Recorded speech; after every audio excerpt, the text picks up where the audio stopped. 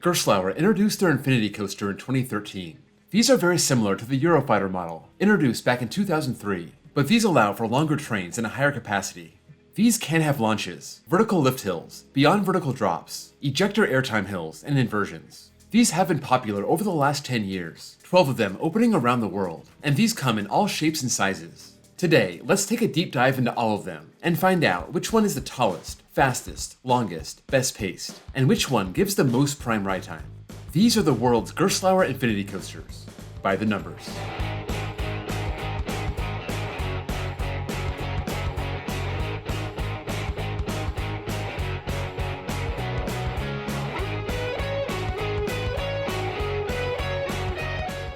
If you're new to this series, prime ride time starts when the train starts to pick up speed off the lift, and it ends when it hits the final brakes. For launch coasters, the clock starts when the launch starts. Mid-course brakes are left into the ride time, but if the train slows down too much, it'll add to the ride time but hurt the pacing. I always use the Pythagorean theorem for these videos. That allows me to take the track from the lift hill out of the equation, but only one of these coasters has a slanted lift hill. Everything else either has a launch or a vertical lift. But regardless, the lift, station, and brakes are taken out of the overall length, so the number on your screen will not match the number on RCDB. A lot of these coasters travel over the same track multiple times, so that also has to be added to the track length. At number 12 with 32 seconds is HangTime at Knott's Berry Farm in California. This didn't have a lot of land to work with. It replaced a Vekoma boomerang and a flat ride, so they crammed a lot into the space. They could have done more, but HangTime does offer a complete ride. It covers 1,758 feet of track over its 5 inversions. That's dead last. It has plenty to work with. Going up, its 150-foot vertical lift hill and ranking second, but its 57 miles per hour is only 7th. Normally, height and speed match up pretty close, but for this video, that won't be the case because we have a good share of launch coasters. Despite those big inversions and hangtime moments, this has the third best pacing on the list at 54.9 feet per second. Tied for 10th with 35 seconds is Pit Special at Powerland in Finland. This park has 2 Gerstlauer Infinity coasters, this one having a lift and no launch, this lift being vertical at 142.7 feet. That's only about 7 feet behind HangTime and good for 3rd place. After an 85-degree drop, it maxes out at 62.1 miles per hour, good for 5th. And it has over 1,000 more feet of track than HangTime, but it's only good for 11th. Good height and speed, but a short length. That's a recipe for good pacing, and this is in the top half in 5th place. This has no inversions, but it's still an intense-looking experience. Tied for 10th with 35 seconds is Mystic at Walibi-Rhône Alps in France. This is a very unique shuttle coaster that starts with a lift. In fact, it stands over 101 feet tall, good for 8th.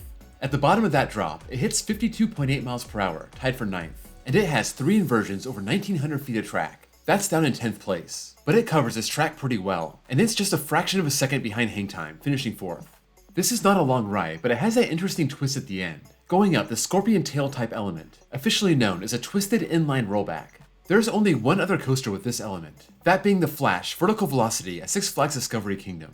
Mystic achieves this feat while sitting on top of the track, and this is the last element of the ride before it hits the brakes, using a switch track to get back to the station. In 9th place with 36 seconds is Palindrome at Codaland in Texas. This was supposed to open in 2022, but it got pushed back to this year. I said Mystic was different for being a shuttle coaster with a lift hill, but this is exactly the same. The big difference is this has a much longer backward section, traversing pretty much the whole course again. I based this off the animated POV, so I hope the ride time is accurate.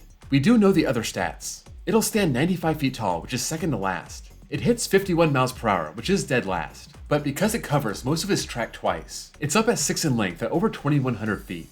Again, the ride time is based on the animation, so this may not shake out. But I have it up at 2nd place in pacing, covering over 59 feet per second, staying pretty low to the ground, going through a stall and a twist forward and backward, slowing down as it goes up that vertical rollback. In 8th place with 39 seconds is Gold Rush at Slagharen in the Netherlands. This may be halfway around the world, but it's themed to the California Gold Rush of 1848. This has the longest train of the bunch at 5 rows, and it's the first one on this list with a multi-pass launch. This rocks the train forward and backward, picking up speed on each of its 3 launches. The last one getting it over its 108-foot top hat, good for 8th place. It maxes out at 59 miles per hour, that's 6. And even with all that extra track, it's still a pretty short ride, finishing in the bottom half in 8th place with just over 2,000 feet. Those swing launches don't help the pacing, starting off slow and stalling out twice, but it's still up at 6 in pacing. In 7th place with 42 seconds is Monster at Adventureland in Iowa. This only uses 2-row cars, but it's one of the bigger Infinity coasters. At 133 feet, it's 5th in height, hitting a top speed of 65 miles per hour, which is all the way up in 3rd.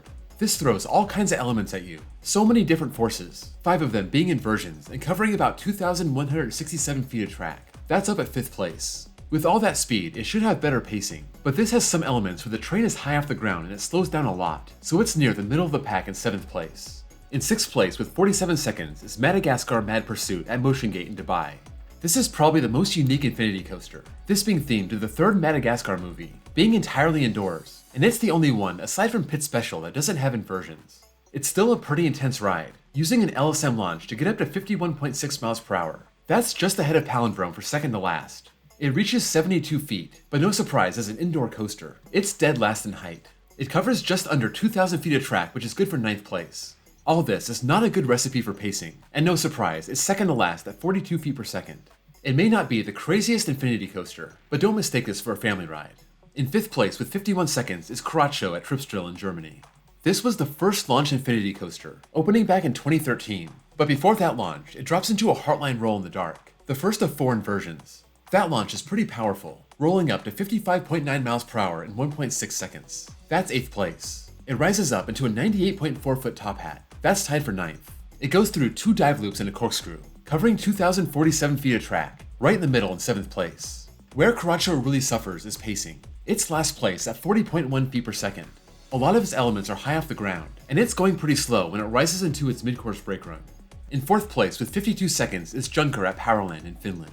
5 years before this park had Pit Special, it had Junker. Unlike Pit Special, this has no lift and uses a launch, getting up to 64.9 miles per hour in 1.9 seconds. That's good for 4th place. The top hat stands 131 feet tall. That's middle of the pack in 6th. It covers 3 inversions, a finish loop, a dive loop, and a corkscrew, and it reminds me a lot of Monster, despite having 2 fewer inversions. But this has a mid-course brake run and other elements, and this has 500 more feet than Monster, ranking 4th.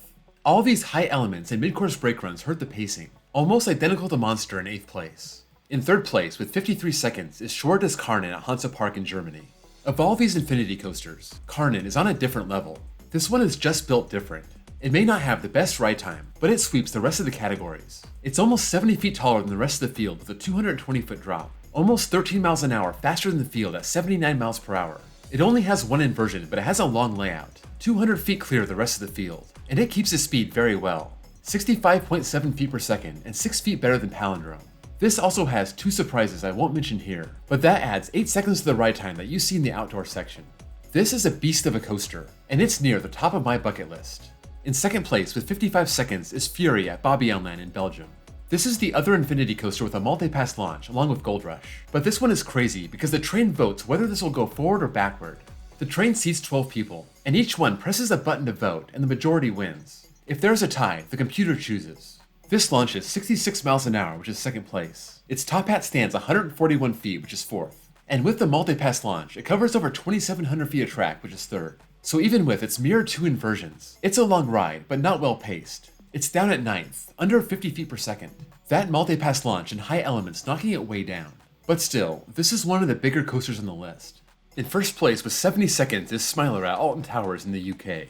The very first Infinity coaster tops this list. Alton Towers can't build above the tree line, so this is only 98.4 feet tall and hits about 53 miles per hour, both tied for 9th. But it uses 2 lift hills to cover 14 inversions. That's by far the world record, and it needs over 3,200 feet of track to do this. That's 2nd place. Not much speed, lots of track, but it clears the rest of the field in ride time by 15 seconds.